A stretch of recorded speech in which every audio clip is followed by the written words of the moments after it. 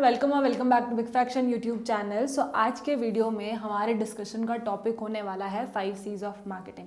तो हम बेसिकली ये डिस्कस करेंगे कि 5 C's ऑफ मार्केटिंग है क्या एंड इसकी ज़रूरत क्यों पड़ती है। ऐसे सी जो हम बोल रहे हैं, इन सारी C's की 5 C's ऑफ मार्केटिंग की ज़रूरत क्यों पड़ती है हमें। सो किसी भी कंपनी या ब्रांड की ना जो मार्केटिंग जर्नी होती है वो बेसिकली इन्फॉर्म्ड डिसीजंस पे होती है बेस्ड कि इन्फॉर्म्ड डिसीजन क्या है, तो वो डेटा के बेसिस पे हम अपने डिसीजंस लेते हैं।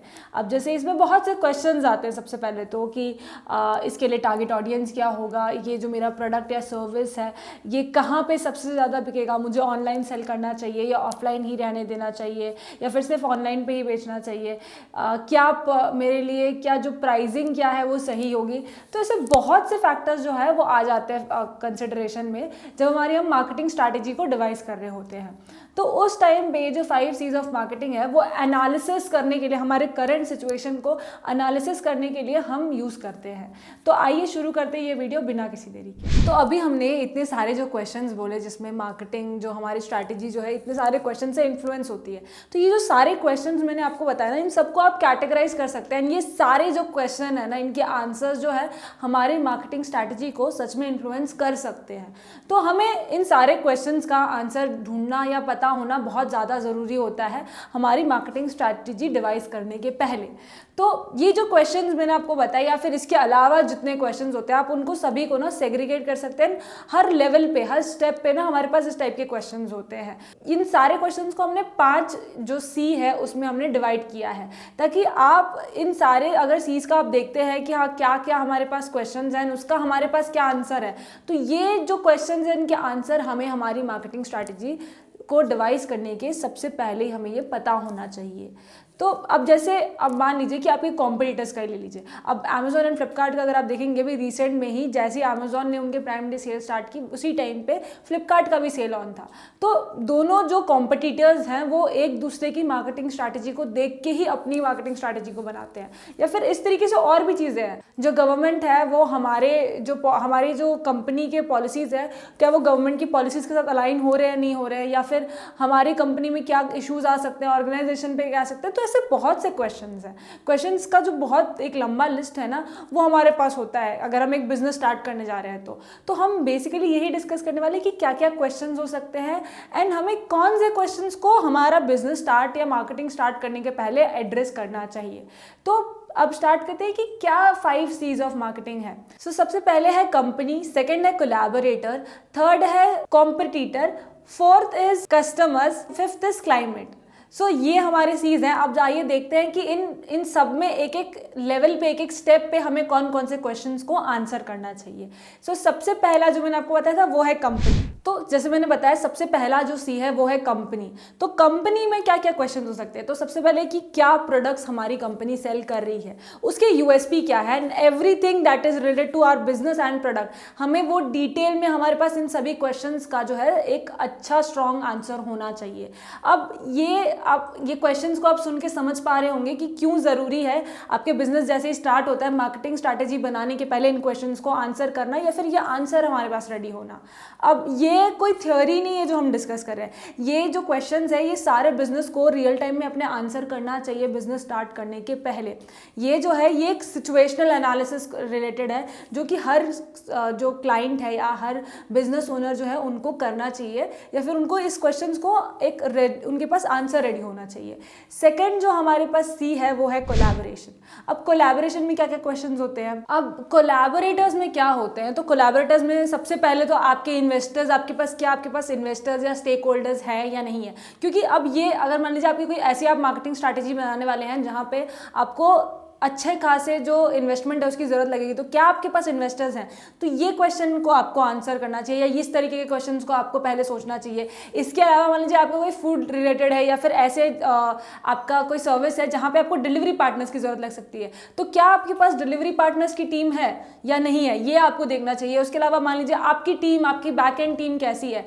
अब इन टीम को मिला के या इन प्रोजेक्ट्स को मिला के आपका प्रोसेस कैसा है, तो ये सारी चीज़ें जो होती है। इसके अलावा मान लीजिए आप कोई सर्विस देने वाले हैं, ठीक है, और वो सर्विस के रिलेटेड आपके पास टीम है, यानी मान लीजिए कि आप सोशल मीडिया के लिए सर्विसेज देने का प्लान करें जिसके लिए आपने मार्केटिंग स्टार्ट कर दी है, तो उसके पहले आपको क्या सोचना चाहिए कि क्या आपके पास ऐसी टीम है जो सोशल मीडिया की सर्विसेज दे पाएगी, क्या आपके पास ग्राफिक डिजाइनर है, क्या आपके पास वीडियो एडिटर है, क्या आपके पास कंटेंट क्रिएटर है, या फिर क्या आपके पास एक डिजिटल मार्केटिंग एक्सपर्ट है जिसको SEO related and social media marketing related आता है।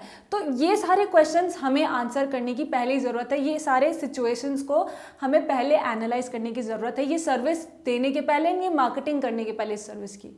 तो आई होप आप समझ पा रहे होंगे कि हम क्या डिस्कस कर रहे हैं इस वीडियो में। नेक्स्ट जो हमारे पास सी है वो है कस्टमर। सो कस्टमर्स में सबसे पहले जो क्वेश्चन आता है वो ये है कि हमारी टारगेट ऑडियंस क्या है, हमारे टारगेट कस्टमर्स कौन कौन है। नेक्स्ट आपको जो क्वेश्चन को कंसिडर करना चाहिए वो ये है कि आपकी करंट ऑडियंस क्या है, आपके करंट कस्टमर्स क्या है, उनसे क्या फीडबैक आ रहे हैं, कौन से टाइप के फीडबैक्स आपको उनसे मिल रहे हैं। जो आप अभी प्रोडक्ट आप मान लीजिए सेल कर रहे हैं, तो कोई फीडबैक ऐसा है क्या जो आपके कस्टमर्स को देख रहे हैं, आप दे रहे हैं वो आपको।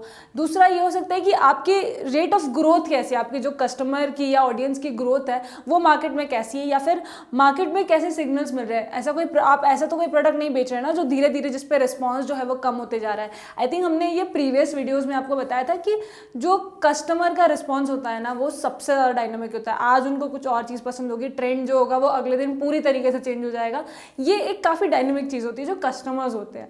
तो ये जो चीज़ है ना वो आपको ध्यान देना है कि आप किस टाइप के ट्रेंड में हैं, वो डायनामिकली बहुत ज़्यादा चेंज होता है या फिर वो थोड़ा तो वो एक स्टेबल रहता है। तो ये सारी चीज़ें आपको कंसिडर करने की ज़रूरत है कस्टमर्स केस में। जो हमारे पास फोर्थ सी है वो है कॉम्पिटिटर्स। थोड़ी देर पहले हमने एक एग्जाम्पल डिस्कस किया था जिसमें हमने अमेजोन एंड फ्लिपकार्ट जो है कैसे एक दूसरे की सेल्स स्ट्रैटेजी को देखते हैं, उसके अकॉर्डिंग अपनी स्ट्रैटेजी बनाते हैं, उस पर डिस्कस किया था, करेक्ट।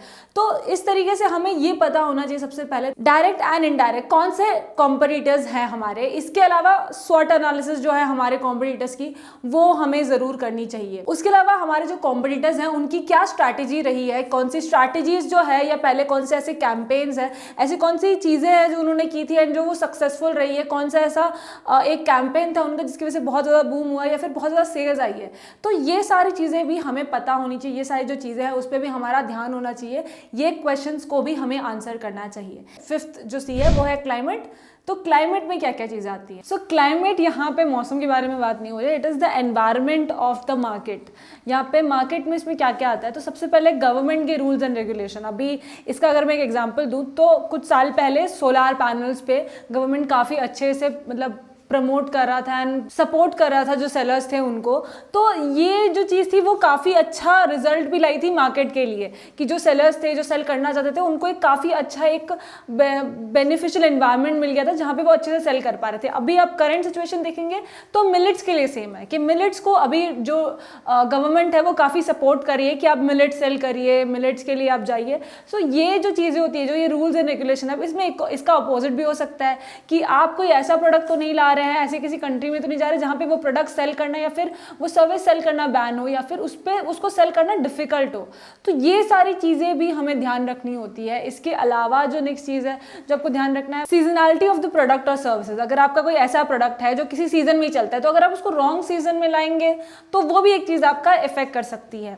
नेक्स्ट आपका क्वेश्चन जो आपको कंसिडर करना चाहिए वो है इमर्जिंग टेक्नोलॉजीज इन मार्केट। अब आपका जो टेक्नोलॉजी है वो इमर्जिंग है या फिर बहुत पुराना हो गया या फिर उस पर अभी कोई देख नहीं रहा है, तो हमें ये सारे क्वेश्चंस आंसर करने चाहिए। इसके अलावा एक और चीज़ है जो हमें क्लाइमेट में सोचना चाहिए वो है सोशल ट्रेंड्स।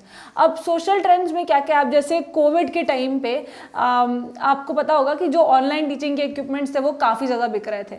तो ये जो चीज़ें हैं कि ट्रेंड जो है, ट्रेंड नहीं बोल सकते, कंडीशंस जो है वो कैसे इफेक्ट करते हैं। अब जैसे आप अभी देख रहे होंगे कि के पॉप रिलेटेड काफ़ी ट्रेंड है, तो वो ट्रेंड्स की वजह से जो बाकी चीज़ें हैं वो काफ़ी इफेक्ट करती है। जो क्लोथिंग इंडस्ट्री है वो काफ़ी चेंज हो गई है, या फिर जो क्लोथिंग के लिए जो पहले सेल हो रहा था या फिर अभी हो रहा है। तो इस तरीके जो सोशल ट्रेंड्स है ना वो भी हमें पता होना चाहिए या फिर उस पर भी हमारा ध्यान होना चाहिए कि वो अभी करंटली कैसा चल रहा है या फिर डाउन द लेन कैसा हो सकता है। तो ये सारे क्वेश्चन हमें ध्यान रखने चाहिए। तो ये जो सारे क्वेश्चंस हैं जो मैंने अभी तक बताए, जो 5C बताए, उसके अंदर क्वेश्चंस बताए, वो ऐसे ही नहीं है। मैंने जैसे पहले बोला, ये सारे सिचुएशनल एनालिसिस के क्वेश्चंस हैं जो हमें आंसर ज़रूर करने चाहिए हमारा बिजनेस स्टार्ट करते टाइम, हम जब मार्केटिंग स्ट्रैटेजी बना रहे हैं उस टाइम पे। तो अगर आप इनको अच्छे से आंसर करेंगे, इसके आप सही से आप इनको इसके ऊपर थॉट देंगे, इसको आप सही से एनालिसिस करेंगे, तो ये आपको काफ़ी अच्छा बेनिफिट दे सकते हैं जब आप मार्केटिंग करें उस वक्त। तो आई होप ये वीडियो आपको अच्छा लगा हो। अगर अभी तक आपने सब्सक्राइब नहीं किया है तो सब्सक्राइब करना ना भूलें, वीडियो को लाइक ज़रूर करें ताकि हम इस तरीके के और वीडियोज़ ला सकें आपके लिए। Thank you, follow us for more.